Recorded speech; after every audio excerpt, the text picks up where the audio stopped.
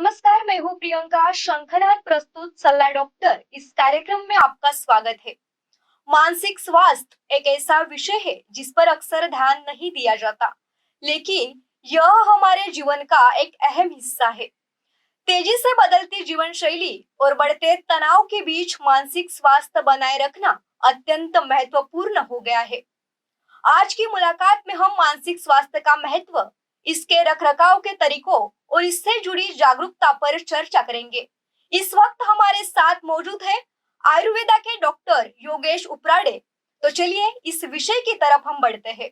नमस्कार सर, शंखनाद प्रस्तुत सलाह डॉक्टर इस कार्यक्रम में आपका स्वागत है। सर, मानसिक स्वास्थ्य का महत्व क्या है और यह हमारे जीवन को कैसे प्रभावित करता है? नमस्कार, शंखनाद के सभी दर्शकों को मेरा नमस्कार। मैं डॉक्टर योगेश उपराड़े, मैं आयुर्वेदा प्रैक्टिस करता हूँ और मानसिक स्वास्थ्य पर भी मैं काम करता हूँ। तो जैसे कि आपने प्रश्न पूछे कि मानसिक स्वास्थ्य क्या है और इसका हमारे जीवन पे क्या प्रभाव पड़ता है, तो मानसिक स्वास्थ्य के साथ साथ मैं सबसे पहले तो ये बताना चाहूंगा कि स्वास्थ्य क्या है। स्वास्थ्य ये सिर्फ बीमारी का अभाव नहीं है, जबकि इसमें बहुत सारी चीजें मायने रखती है या महत्व रखती है। जब भी आप किसी डॉक्टर के पास जाते हो तो डॉक्टर क्या करता है कि आपकी बीमारी क्या है, क्या लक्षण है, उसके अनुसार आपको दवाई लिख देता है और आप घर चले जाते हो। लेकिन मानसिक स्वास्थ्य और भावनिक स्वास्थ्य की हम जब बात करते हैं तो उसमें हमारे मन में आने वाले विचार, थॉट्स और हमारी जो भावनाएं हैं, जो इमोशंस है, उसके बारे में हमें बात करना पड़ता है, जो कि आजकल जिसका अभाव है बात करने के लिए, जिसके बारे में खुलकर बातें नहीं होती। तो मानसिक स्वास्थ्य हमारे जीवन को कैसे प्रभावित करता है? अगर किसी व्यक्ति का मानसिक स्वास्थ्य अच्छा नहीं है तो इसका पूरा इम्पैक्ट उसके शरीर पे पड़ेगा, उसके परिवार पे पड़ेगा, वो जिस कम्युनिटी में रहता है, जिस समाज में रहता है, उसके आजू बाजू के लोगों पर पड़ेगा। तो इसलिए मानसिक स्वास्थ्य बहुत महत्वपूर्ण है। दूसरा, आप कैसे माहौल में पैदा हुए हो, आपके घर का माहौल कैसा है, आपके मम्मी पापा का स्वभाव कैसा है, आपके आजू बाजू में जो आपके दोस्त हो गए या फिर आपके रिश्तेदार, वो आपसे कैसे बात करते हैं, ये सब मानसिक स्वास्थ्य को प्रभावित करता है। मतलब हमारे सराउंडिंग से जुड़े हर लोग मायने रखते हैं। तो मानसिक स्वास्थ्य इसलिए महत्वपूर्ण है क्योंकि अगर से आपका मानसिक स्वास्थ्य अच्छा रहा, तो मैं तो ये बोलूंगा कि आपका मानसिक स्वास्थ्य अच्छा रहा या भावनिक स्वास्थ्य अच्छा रहा तो आपका पूरा का पूरा शारीरिक पैटर्न बदल जाता है। क्योंकि अभी हम आगे बात करेंगे कि मानसिक स्वास्थ्य और शारीरिक स्वास्थ्य का क्या संबंध है। मन और शरीर अलग अलग नहीं है, हम अलग अलग देखते हैं।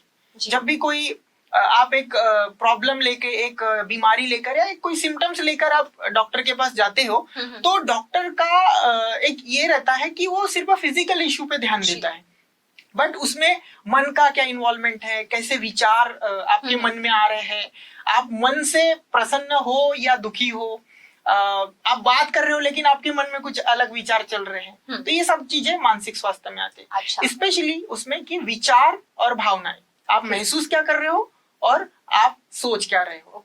और फिर तीसरा आता है आपका स्वभाव। तो हम मानसिक स्वास्थ्य में इन सभी चीजों की बात करते हैं। तो इसीलिए मानसिक स्वास्थ्य महत्वपूर्ण है। आपने बता ही दिया है कि शारीरिक स्वास्थ्य और मानसिक स्वास्थ्य का मतलब एक संबंध है, तो हमें ये बताइए कि इसके बीच में क्या संबंध होता है।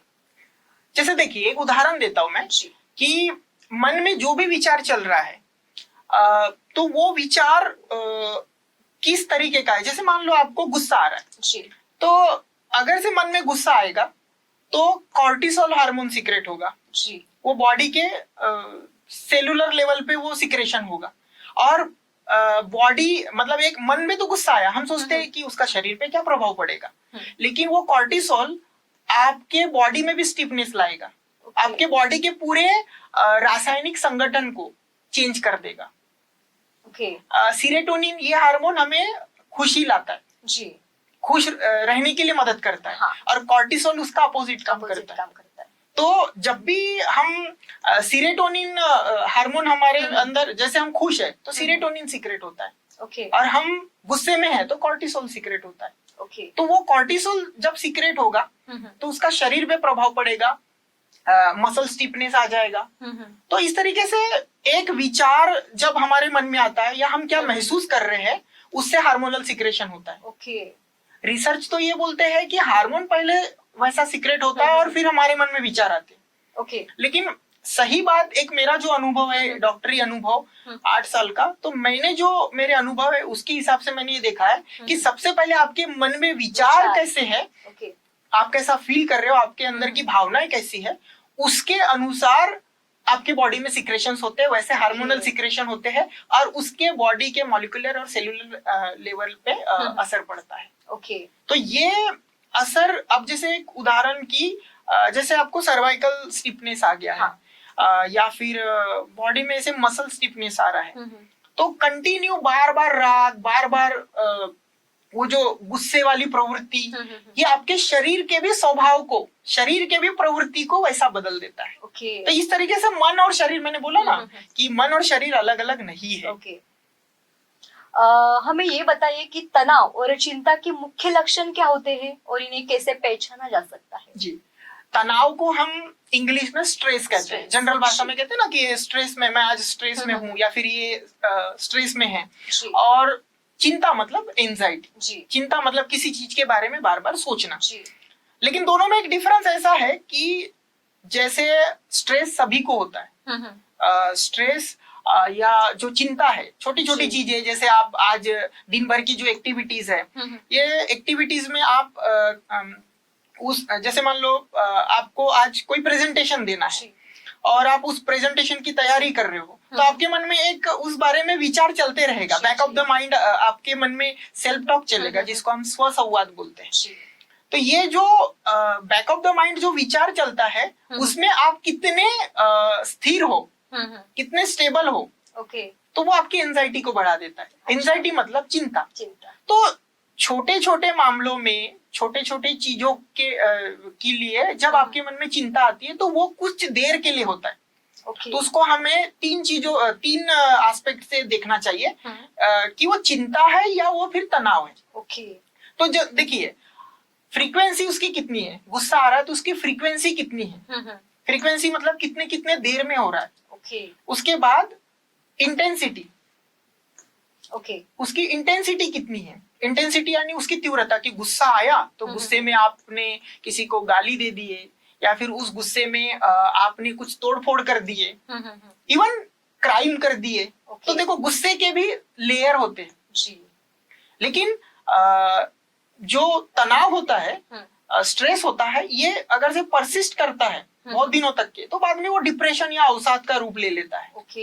तो इसलिए हमें ये समझना चाहिए कि चिंता गलत नहीं है। चिंता आई तो हम थोड़े अपने बारे में सोचते हैं कि उसको कैसे टैकल करना, एक मन में एक विचार आता है, एक भावना आती है, हम उसको पहचानते हैं और फिर उस पर काम करने लगते हैं। लेकिन जो स्ट्रेस है, जो तनाव है, तनाव बहुत सारे अलग अलग चीजों के बारे में हो सकता है, कि जैसे शरीर में कोई समस्या है, बहुत लंबी बीमारी है, तो उसका जो तनाव है वो बहुत दिनों तक के रह सकता है। आप हेल्थ के बारे में सोच रहे हो, पैसों से रिलेटेड, इकोनॉमी, आपका फाइनेंस कैसा है, आप आर्थिक रूप से कितने संपन्न हो, ये भी आपको आपके तनाव को बढ़ा सकता है। मतलब चिंता, उसी बारे में सोचते रहना, और वो बाद में बहुत बड़ा स्ट्रेस का कारण बन जाता है। मतलब हमारी बदलती जीवन शैली भी इसमें शामिल है। जी बिल्कुल, आपका सामाजिक जो स्वास्थ्य है, मतलब आपका लोगों के साथ स्वभाव कैसा है, लोगों के साथ बातचीत कैसी है, आपके संबंध, आपके रिलेशंस कैसे हैं, आपके परिवार में आपके माता पिता, भाई बहन, या फिर हस्बैंड वाइफ का रिश्ता कैसा है, वो कितना अच्छा रिश्ता आप मेंटेन कर पा रहे हो, इससे डिसाइड होता है। दूसरा, कोई भी बाहरी परिस्थिति के ऊपर निर्भर ना रहते हुए, क्योंकि तनाव और चिंता तब आती है ना जब बाहर की परिस्थिति को हम उसका जिम्मेदार ठहराते हैं, या किसी व्यक्ति को के ऊपर हम उसको कंप्लेन करते हैं, या फिर एक ब्लेम करते हैं। हाँ, मतलब ऐसा ही क्यों, वैसा ही क्यों हुआ। जी, लेकिन बाहर की परिस्थिति या लोग उसके लिए जिम्मेदार नहीं होते।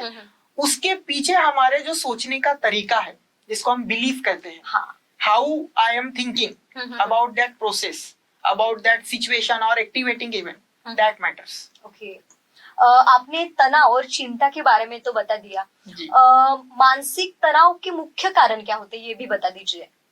मानसिक तनाव के जी मुख्य कारण ये होते हैं कि जैसे हमारी सबसे पहले तो दिनचर्या, हम कितने बजे उठ रहे हैं, हमारा खान पान कैसा है, ये सभी चीजें उसमें मैटर करती है। फिर मैंने जैसे बताया कि हमारे नाते संबंध कैसे हैं, रिलेशंस कैसे हैं, हम कितने दोस्त बनाते हैं, सबसे पहले कि हम कैसा सोचते हैं, हर परिस्थिति में हमारा सोचने का तरीका क्या है, हम उसको, और इसमें पॉजिटिव और निगेटिव नहीं है।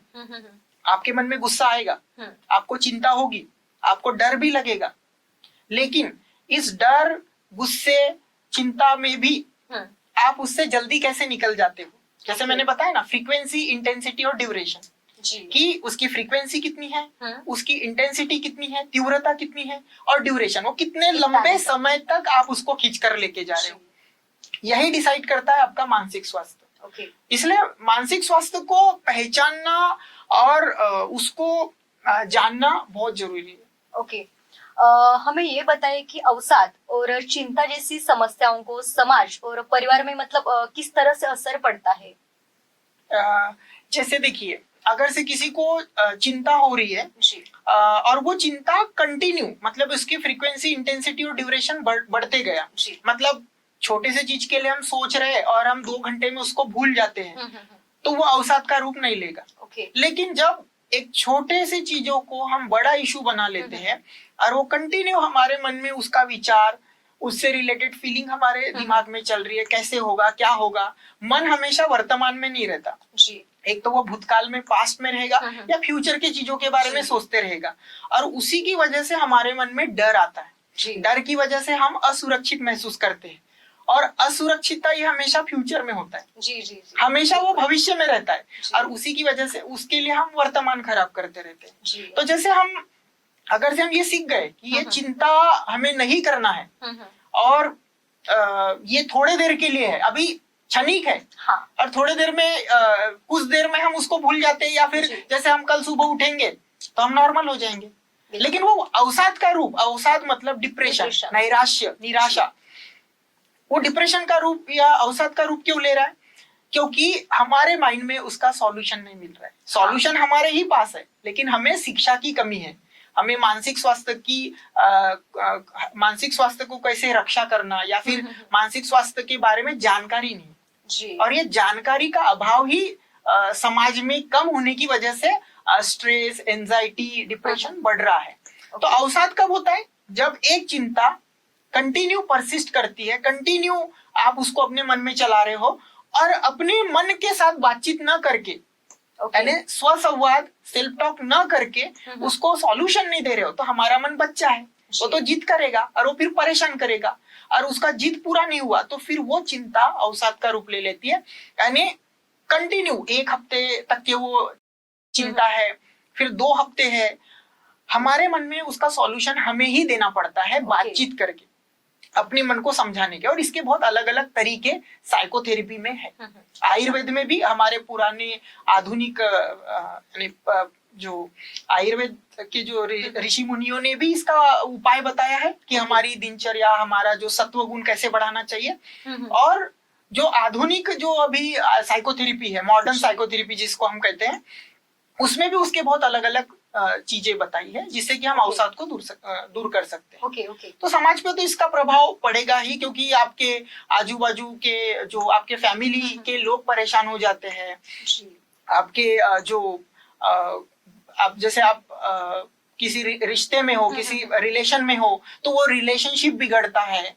हस्बैंड वाइफ का रिलेशन है तो वो तलाक तक के पहुंच सकता है। दवाइयों की डिपेंडेंसी बढ़ जाती है, फिर दवाइयां लेते लेते आपके जो इकोनॉमी पे असर पड़ता है, आपके आर्थिक चीजों पर असर पड़ता है। तो ये एक मन बिगड़ने से या विचार और भावनाएं बिगड़ने से सोचिए कि कितना उसका इम्पैक्ट समाज पे और परिवार पे पड़ता है। जी। मन तो चंचल ही होता है, मन चंचल होता है। मेरा प्रश्न यह है कि आपने आयुर्वेदा के बारे में बताया था जी। तो मानसिक स्थिति के इलाज के लिए मतलब आयुर्वेदा में किस तरह की चिकित्सा की जाती है? आप किस तरह से उपचार करते हैं इसका? ओके, देखिए, जब भी कोई व्यक्ति एक निराशा, जिसको हम अवसाद बोलते हैं, डिप्रेशन, एंजाइटी या कोई साइकोलॉजिकल इलनेसेस तक के पहुंचता है, सबसे पहले तो हमें ये सोचने की जरूरत है कि वो साइकोलॉजिकल इलनेसेस तक के क्यों पहुंच रहा है, मतलब वो बड़ी बीमारी का रूप क्यों ले रहा है। बड़ी बीमारी का रूप इसलिए लिया है उस कंडीशन ने क्योंकि आपने जब छोटी छोटी कंडीशंस थी, छोटा गुस्सा था, छोटा डर था, तब उसके ऊपर काम नहीं किए या फिर आपको किसी ने सिखाया नहीं, तो वो बड़ी बीमारी का रूप ले रहा है। अब जो बड़ी बीमारी का रूप ले रहा है तो आपको एक मानसिक स्वास्थ्य विशेषज्ञ के पास आपको जाना पड़ेगा। साइकेट्री जो होता है उसके साइकेट्रिस्ट के पास आपको जाना पड़ेगा। जब आप उनके पास जाते हो तो दवाइयां शुरू हो जाती है। नींद नहीं आ रही है तो सीडेटिव शुरू हो जाता है। डिप्रेशन है तो एंटी डिप्रेशन शुरू हो जाता है, ट्रैंक्विलाइजर्स, ये सब दवाइयां के एक ये है वर्गीकरण है उसका। तो इस तरीके से जो भी आपका कंडीशन है उसके हिसाब से आपको डॉक्टर सलाह देते हैं। अब हम आयुर्वेद में क्या करते हैं, जब भी हमारे पास ऐसे कोई रुग्ण आते हैं या फिर जो मन से परेशान है तो हम सबसे पहले आश्वासन चिकित्सा करते हैं, जिसको हम काउंसलिंग बोलते हैं। काउंसलिंग से सबसे पहले तो हम समझते हैं कि उसके बैक ऑफ द माइंड क्या चल रहा है, उसको किस चीजों की वजह से तकलीफ हो रही है और वो किन चीजों को समझ नहीं पा रहा है। तो एक डॉक्टर का रोल होता है कि उसको सबसे पहले तो समझा कर दे कि आपका प्रॉब्लम कहाँ से ओरिजिनेट हुआ है, आपका उस परिस्थिति या उस व्यक्ति के बारे में या जिस सिचुएशंस के बारे में आप परेशान हो तो उस सिचुएशन के बारे में आपके मन में क्या इरेशनल बिलीफ है, यानी अविवेकपूर्ण विचार है, तो फिर उसको रैशनल बिलीफ में या रैशनल थॉट में कैसे बदलना है, यानी विवेकपूर्ण विचार में कैसे बदलना।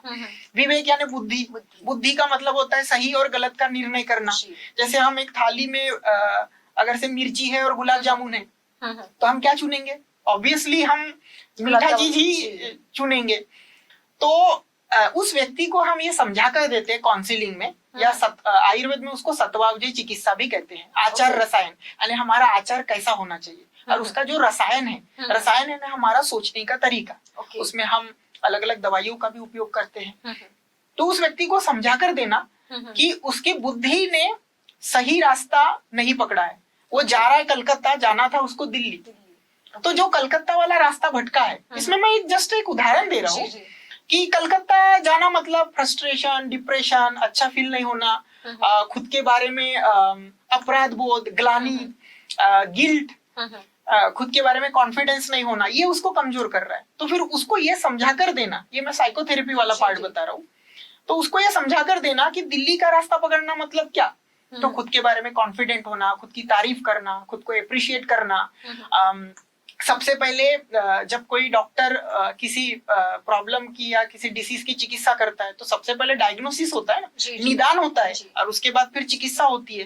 तो हमारे मानसिक प्रॉब्लम के लिए भी सबसे पहले निदान करना और खुद के लेवल पे निदान करना। आप डॉक्टर के पास जा रहे हो तो डॉक्टर अलग बॉडी है, एक अलग एंटिटी है, लेकिन खुद जब हम एक उसका अध्ययन करके और किसी से सीख कर जब हम उसको अप्लाई करते हैं तो हम अपने उस प्रॉब्लम से निकल सकते हैं। और आयुर्वेदा में बहुत अच्छी अच्छी दवाइयां हैं, जैसे आपने सुने होंगे अश्वगंधा, ब्राह्मी, शंखपुष्पी, मंडूकपर्णी, ये सभी दवाइयां अलग अलग चीजों पर काम करती है। जैसे जटामांसी, ये किसी को नींद नहीं आ रही है तो जटामांसी का काम होता है नींद लाना। ब्राह्मी ये निर्णय क्षमता को बढ़ाता है, यानी जैसे हम कंफ्यूज हो जाते हैं तो सही क्या गलत क्या, इसमें मैक्सिमम टाइम जैसे हमारी एंजाइटी बढ़ गई तो हमारे मन में विचारों का एक गोंधड़ जैसा हो जाता है, मराठी में हम कहते हैं ना कि गोंधड़ हो जाता है। तो ये जो कंफ्यूजन है, इस कंफ्यूजन से बाहर निकलने के लिए ऐसे द्रव्य बताए हैं आयुर्वेद में कि ब्राह्मी डिसीजन मेकिंग उस पे काम करेगा कि आप निर्णय नहीं ले पा रहे हो तो निर्णय ले लो, कि कलकत्ता जा रहे हो तो दिल्ली की तरफ जाना है, अपने लिए कुछ चुनना है। उसके बाद जटामांसी का जैसे बताया कि वो नींद लाने में, स्ट्रेस लेवल कम करने में मदद करता है। शंखपुष्पी हमारी बुद्धि या हमारी स्मृति कम पड़ रही है, हमें कोई चीज का याद नहीं रहता, याददाश्त कम पड़ रही है, तो शंखपुष्पी में उसमें ऐसे मदद करता है। अश्वगंधा ये बहुत अच्छा मूड स्टिमुलेटिंग द्रव्य है, नींद भी लाता है, शरीर को अच्छा पोषण करता है और इम्यूनिटी से रिलेटेड है। तो ये इम्यूनिटी बढ़ाता है, क्योंकि जब मानसिक स्वास्थ्य बिगड़ता है तो आपका बॉडी का इम्यूनिटी कम हो जाता है और उसका सेल के लेवल पे, टिश्यू के लेवल पे, ऑर्गन के लेवल पे भी असर मतलब पड़ता है। शारीरिक स्वास्थ्य भी बिगड़ जाता है। जी, जैसे मैंने पहले बताया कि मानसिक स्वास्थ्य और शारीरिक स्वास्थ्य का क्या संबंध है। उसके बाद अलग अलग पंचकर्म थेरेपीज है, शिरोधारा, नस्य में हम नाक से एक मेडिसिन डालते हैं जिससे कि मनोमय स्रोतस जो होता है वो खुल जाता है। कोई मन का जो अवरोध है, जैसे हम बहुत सारी बातें पकड़ के रखते हैं, तो नस्य हमको देखो ये है करने के लिए एक फिजिकल प्रोसेस, एक थेरेपी, लेकिन ये सूक्ष्म लेवल पे, माइक्रो लेवल पे काम करता है। शिरोधारा में हम pouring of oil on the forehead, ऐसा उसको कहते हैं कि माथे के ऊपर कंटिन्यू वो ऑयल गिर रहा है और वो कुछ आधा घंटा 45 मिनट का प्रोसेस होता है। तो उससे जैसे मन उद्विग्न है, मन बहुत परेशान है, विचार बहुत आ रहे हैं, तो शिरोधारा में भी हम अलग अलग प्रकार के ऑयल यूज करते हैं। तो शिरोधारा से मन शांत होता है। तो अलग अलग कंडीशंस में अलग अलग चीजें। फिर बस्ती प्रोसेस है, पूरे शरीर की मालिश करने से बॉडी रिलैक्स होता है, तो माइंड भी रिलैक्स हो जाएगा, क्योंकि साइकोसोमेटिक, साइको मतलब मन, सोमेटिक मतलब बॉडी, शरीर का मन पे प्रभाव पड़ता है और मन का शरीर पे प्रभाव। तो साइकोसोमेटिक, सोमेटिक, साइको, सोमेटिक मतलब हमारा शरीर और साइको मतलब मन। तो इस तरीके से मन को हल्का करने के लिए शरीर का आधार लेना पड़ता है, और शरीर के लिए हम पंचकर्म की चिकित्सा करते हैं। बस्ती जो मैं बता रहा था कि बस्ती में एनीमा, आप जनरल भाषा में एनीमा कहते हो, लेकिन उसमें हम काढ़े की बस्ती, जिसको निरुओ बस्ती कहते हैं, तो उसमें अलग अलग द्रव्य, अलग अलग मेडिसिनल प्लांट्स का यूज करके उसका काढ़ा बना के वो डिकॉक्शन करके एनीमा देते हैं, जिससे कि जो हमारा अपान वायु ठीक होता है। अपान वायु यानी इंटेस्टाइन के प्रदेश में, हमारा पक्वाशय के प्रदेश में जो वात रहता है, वात निकल गया तो मन का वात निकल जाएगा, एयर एलिमेंट नॉर्मल हो जाएगा, तो मन में जो चंचलता है वो कम हो जाएगी। तो इस तरीके से थेरेपीज है। शरीर को मालिश करने से भी बहुत प्रभाव पड़ता है, क्योंकि शरीर को जब हम मालिश को हम आयुर्वेद की भाषा में, संस्कृत में हम स्नेहन बोलते हैं। उसका नाम ही क्या है, स्नेहन, यानी स्नेह देना, प्रेम देना। तो जब शरीर को ऑयल लगता है, जब शरीर को तेल लगता है, तो वो मन तक पहुंचता है। अच्छा, तो इस तरीके से ये डिटेल थेरेपीज है। ओके। दवाइयां भी है और पंचकर्म थेरेपीज है। आपने काउंसलिंग। जी, आपने आयुर्वेदा के उपचार तो बता दिए। हमें ये बताइए कि बच्चों और किशोरों के मानसिक स्वास्थ्य पर ध्यान देना क्यों जरूरी हो जाता है? इसके लिए क्या कदम उठाने चाहिए, ये भी हमारे दर्शकों को आप बताइए। जी, देखिए, जो बच्चों का उम्र या जो किशोरवयीन अवस्था है, ये हम बोल सकते हैं कि जब बच्चा 2-3 साल से लेकर एक 20-25 साल की उम्र तक के हम ले सकते हैं, कि जब वो एडोलसेंस जो एज बोलते हैं, या टीन एज, उससे थोड़ा 14-15 साल तक की एज वाले को हम टीन एज कहते हैं। इस बीच में क्या होता है, इस अवस्था में या इस एज में क्या होता है, उन्हें एक तो सही प्रकार की शिक्षा नहीं रहती मानसिक स्वास्थ्य के बारे में, कि अपने मन में जो विचार आ रहे हैं, और एक तो प्यूबर्टी का एज होता है। उनके शरीर में भी एक बदलाव होता है, हार्मोनल चेंजेस आते रहते हैं, चाहे वो मेल हो या फीमेल हो, सबके बॉडी में अलग अलग चेंजेस आते रहते हैं। तो वो एक उनके लिए बहुत बड़ा चैलेंज होता है। और बच्चे का पालन पोषण कैसा हुआ, जैसा मैंने जब भी बताया कि बच्चा कैसे घर में पैदा हो रहा है, घर का माहौल कैसा है, इवन मम्मी पापा अपने माइंड से कितने हील्ड है, अपने विचारों के लेवल पे और भावनात्मक। क्योंकि अगर से माँ बाप अपने मानसिक स्वास्थ्य की रक्षा कर रहे हैं या अपने मानसिक स्वास्थ्य को अच्छे तरीके से समझ पा रहे हैं, तो वो बच्चे की मदद कर पाएंगे। तो हम इसको पेरेंटिंग भी बोलते हैं, कि सबसे पहले तो बच्चों की तरफ ध्यान देने के लिए मम्मी पापा को या फिर उनके आजू बाजू के लोगों को सीखना जरूरी है कि बच्चे का पालन पोषण कैसे किया जाता है। और अब इन लोगों को, जो किशोरवयीन अवस्था के या फिर जो छोटे बच्चे हैं, इन लोगों के मानसिक स्वास्थ्य को हम कैसे ध्यान दे सकते हैं। तो सबसे पहले तो उनके साथ हम कैसे बात करते हैं, उनको एक शिष्टाचार सिखाना, कैसे बात करना, उनको नशीली दवाइयों से या फिर जो गलत पदार्थ है, एडिक्शन है, दारू, बीड़ी, सिगरेट, जो भी चीजें हैं जो शरीर पर विपरीत प्रभाव करती है, ये सब चीजों के बारे में जानकारी देना कि हमारे स्वास्थ्य के लिए घातक है। तो ये भी उनके मानसिक स्वास्थ्य को प्रभावित करता है। घर पे अच्छा माहौल देना, उनके साथ अच्छे से बात करना, अगर उनको कोई मेंटल हेल्थ का इशू हो रहा है तो उनके साथ बातचीत करना, उनके साथ दोस्त बनकर रहना, मम्मी पापा हो लेकिन फिर भी दोस्त बनकर रहना, हाँ। उनके प्रॉब्लम को समझना। उनका प्रॉब्लम कुछ भी हो सकता है, अगर से एक 17-18 साल का लड़का या लड़की है तो उसके प्रॉब्लम अलग हो सकते हैं, जी। एक 7-8 साल का बच्चा है तो उसका प्रॉब्लम अलग हो सकता है। तो सबसे पहले तो समाज में जो एक फैमिली है उनको ही मानसिक स्वास्थ्य के बारे में सही जानकारी नहीं है कि ओके। बच्चे के साथ कैसे बात करना चाहिए, बच्चा देख रहा है टीवी में क्या देख रहा है, कैसे न्यूज सुन रहा है, क्राइम पेट्रोल देख रहा है क्या। हाँ। तो जैसा देखेगा वैसा उसके मन का पोषण होगा। जैसे हम सही। शरीर के लिए खाना खाते हैं तो वैसे मन जी, के जी। लिए भी तो हम रोज खाद्य खा रहे हैं। उसके दोस्त भाई कैसे, उस पे वॉच करना, उस पे हाँ। मॉनिटरिंग करना। और बच्चों के लिए सबसे बड़ी जो चीज होती है वो होती है सपोर्टिव फ्रीडम। सपोर्टिव सही। फ्रीडम मतलब बच्चों को आजाद रखना, वो जो कर रहे हैं, लेकिन उनको उनके पीछे खड़े रहकर मतलब कि नहीं नजर मैं रखनी वॉच चाहिए। रख रहा हूँ, जी। मैं मॉनिटरिंग कर रहा हूँ, जिससे कि बच्चा किस मार्ग पे जा रहा है। जैसे मैंने बोला ना, कलकत्ता तो नहीं जा रहा है, हाँ, हाँ, तो हाँ। उसके ऊपर वॉच रखना कि वो ओके। गलत रास्ते पे तो नहीं जा रहा है। तो इस तरीके से हम उनके ऊपर वॉच रखकर उनको उनकी मदद कर सकते हैं, ओके। उनको गलत चीजों से बचा सकते हैं और उनको मानसिक स्वास्थ्य के बारे में सही जानकारी दे सकते हैं कि बेटा अगर से पेपर में मार्क्स कम भी आए तो भी नाराज नहीं होना, क्योंकि देखिए आईक्यू से बड़ा ईक्यू है। जी। आपका इंटेलिजेंट क्वेश्चन अच्छा रहा ये अच्छी बात है, बट अगर से बच्चे का ईक्यू अच्छा नहीं रहा तो सुसाइड भी कर सकता है। बिल्कुल सही कहा। इमोशनल क्वेश्चन, उसको बच्चे को मोरल वैल्यूज को सिखाना कि तुम्हें ईमानदारी तुम्हारे अंदर चाहिए, उसको हम स्पिरिचुअल क्वेश्चन भी बोलते हैं कि बच्चा विपरीत परिस्थितियों में या चैलेंजिंग सिचुएशन में कैसे डिसीजन जी, लेता है। और आजकल हमने कई बार सुना है कि मतलब किसी ने सुसाइड किया है, किसी बच्चों ने, क्योंकि माँ बाप के तनाव से, मतलब इतने मार्क्स आने चाहिए, इतने मार्क्स क्यों नहीं देखिए आए? क्या होता है, बच्चा एक रूम में बंद है और पढ़ाई कर रहा है और बच्चे का आईक्यू बहुत अच्छा है, बच्चा टॉपर है, बच्चा फर्स्ट ही आ रहा है, लेकिन सेकंड आया तो बच्चे के अंदर एक भाव हो जाता है कि मैं तो परफेक्ट हूँ, मैं तो बचपन से लेकर मैं पहले नंबर पर आया हूँ और मेरा तो मार्क हमेशा दूसरों से ज्यादा। तो ये ना उसको सुपेरियर कर देता है। और इतना सुपेरियर कर देता है कि जब वो नीचे आता है या उसको कभी मार्क्स कम आ गए तो फिर वो खुद को संभाल नहीं पाता, क्योंकि इसमें मम्मी पापा ने उसकी ऐसी आदत बनाई है। आईक्यू होने के बाद भी बच्चा का ईक्यू कम है, और ईक्यू यानी भावनात्मक रूप से बच्चा कमजोर है, और ऐसे बच्चे भी सुसाइड करते हैं। आपने न्यूज में सुना होगा कि आईआईटी का बच्चा बहुत टॉपर, मम्मी पापा आईएएस है, फिर भी बच्चे ने बिल्डिंग से छलांग लगा दिया।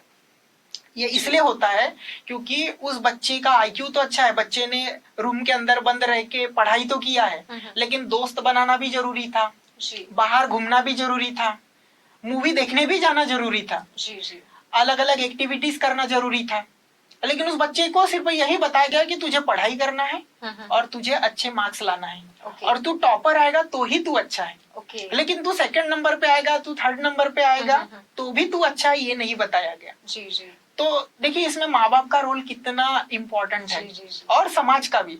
लेकिन जैसे वो बच्चा समझ गया, जैसे वो बच्चा भावनात्मक रूप से अपने आप को मजबूत कर लिया, तो वो बैक बेंचर होके भी लाइफ में सक्सेस हो जाएगा, फिर वो कैसे भी अपना पेट पालन कर लेगा, वो कोई बड़ा इशू नहीं है। सबसे बड़ा इशू है कि उस बच्चे का ईक्यू और उसका मेंटल हेल्थ वो कितना समझ सकता है। तो इसमें सबसे बड़ी जिम्मेदारी तो मैं ये बोलूंगा कि माँ बाप की है, और उसके आजू बाजू के जो बड़े बुजुर्ग लोग हैं वो है, और उन लोगों को भी मानसिक स्वास्थ्य सबसे पहले समझना चाहिए, तभी तो वो मदद करेंगे। जी। आपने ईक्यू के बारे में तो बता दिया है, हमें ये बताइए कि मानसिक स्वास्थ्य स्वस्थ रखने के लिए हमारे दर्शकों को आप क्या सलाह देना चाहेंगे?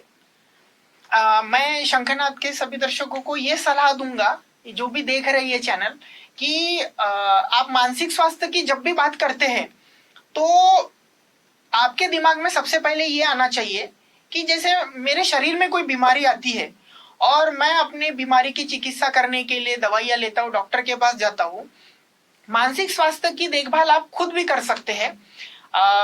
डॉक्टर की मदद लेकर आपको अगर से नहीं समझ में आता कि मन क्या है, विचारों को कैसे मैनेज किया जा सके, अपनी भावनाओं को कैसे समझकर उनको कैसे मैनेज किया जा सके, तो इसके लिए सबसे पहले तो आपको वो सीखना पड़ेगा, उसके साइंस को सीखना पड़ेगा। जैसे आप आर्ट पढ़ते हो, कॉमर्स पढ़ते हो, फिजिक्स, केमिस्ट्री, बायोलॉजी, साइंस पढ़ते हो, ये क्यों पढ़ते हो? ताकि आपको नॉलेज मिले और आप आगे एक्सप्लोर कर सको, एक जानकारी ले सको।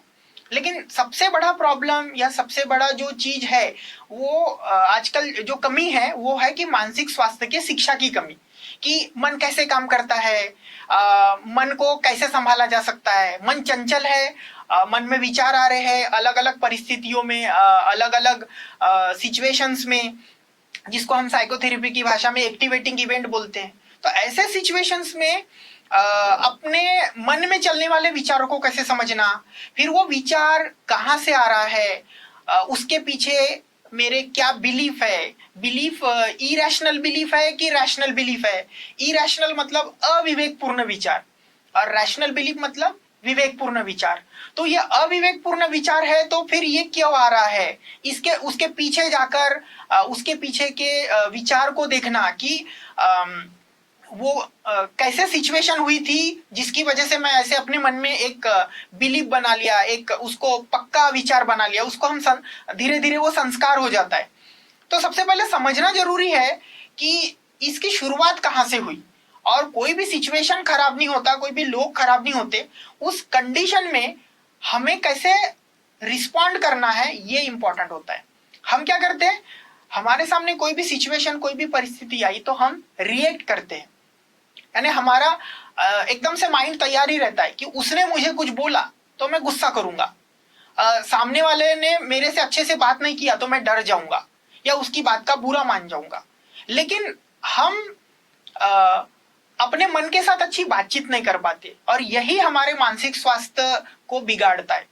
तो अपने मन के साथ अच्छा बातचीत करना शुरू करें, अपने दिनचर्या को अच्छा रखे, जल्दी उठे, प्राणायाम करे, योग करे, खान पान पे ध्यान दे। ज्यादा जो शुगर प्रोडक्ट है, मैदा की चीजें है, तेल की चीजें है, ये हमारे ब्रेन के पोषण के लिए, हमारे न्यूरोट्रांसमीटर के लिए सही नहीं होता, क्योंकि आप जितना भारी चीज खाओगे वो पचेगा भी लेट।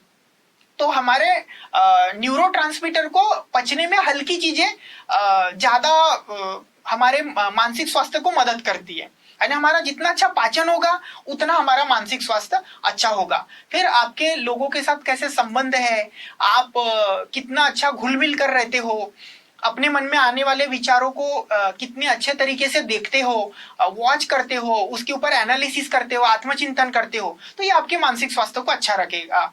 रात को जल्दी सोना, जल्दी उठना और अपनी दिनचर्या अच्छा रखना, अच्छा खाना, पौष्टिक खाना, हरी सब्जियां खाना, दूध पीना।